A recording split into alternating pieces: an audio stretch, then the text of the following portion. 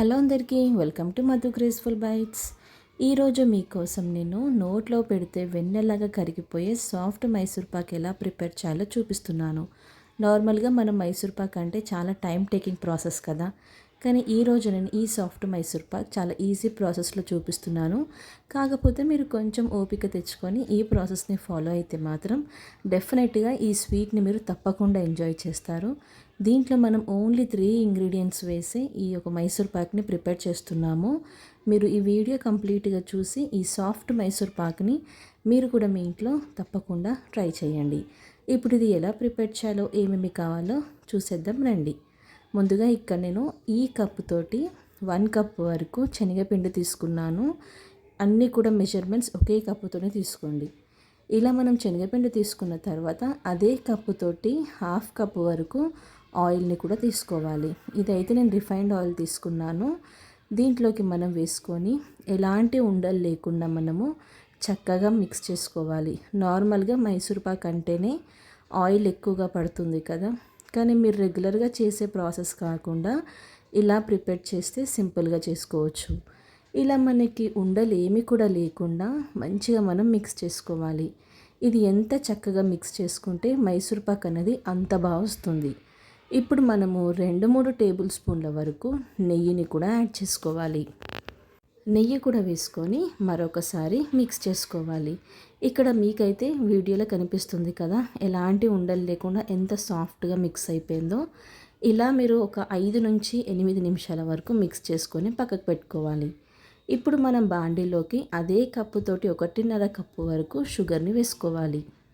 తర్వాత 1 కప్పు వరకు వాటర్ని కూడా వేసుకొని మనము దీన్ని బాగా మరిగించుకోవాలి. మంచి తీగ పాకం వచ్చేంత వరకు మరిగించుకోవాలి. మరీ ఎక్కువగా కాకుండా నార్మల్గా మనకి ఇలా తీగ పాకం వస్తే సరిపోతుంది. ఇది మనం మీడియం ఫ్లేమ్ పెట్టేసుకొని ఇప్పుడు ఒక ట్రే తీసుకొని, నేనైతే మైసూర్ పాక్ని ఇంట్లో షిఫ్ట్ చేయాలని ఇది నేను ప్రిపేర్ చేసుకున్నాను. ఇప్పుడు దీన్ని మనం నెయ్యి ఇలా అంతా కూడా అప్లై చేసుకొని రెడీగా పెట్టేసుకోవాలి. మీరు దేంట్లోకి షిఫ్ట్ చేసుకోవాలనుకుంటే దానికి నెయ్యి అప్లై చేసుకొని పెట్టుకోవాలి. ఇక్కడ మనకి తీగపాకం అనేది వస్తుందా ఒక్కసారి మనము చెక్ చేసుకోవాలి. లైట్గా మనకి తీగపాకం వస్తే సరిపోతుంది. ఇది మనకి పాకం రానికి నాకైతే 10 మినిట్స్ వరకు పట్టింది.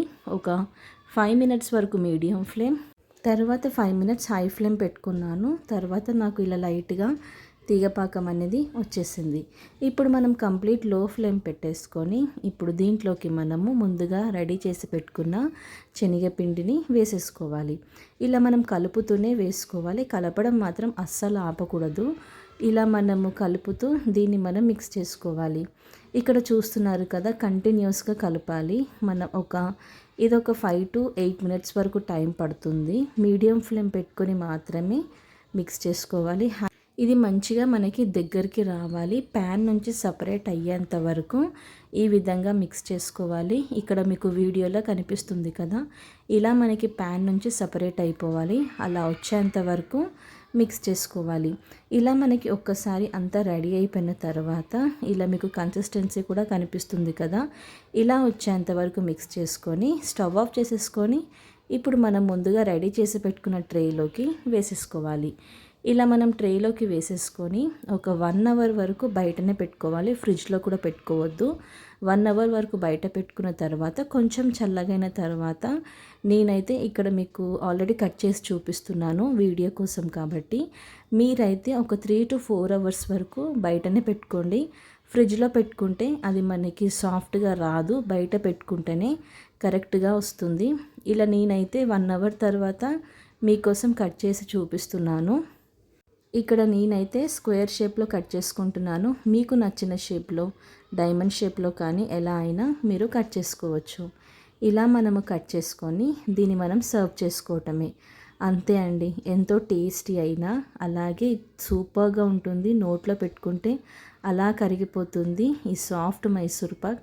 మీరు ఖచ్చితంగా ఈ రెసిపీ ట్రై చేయాలి.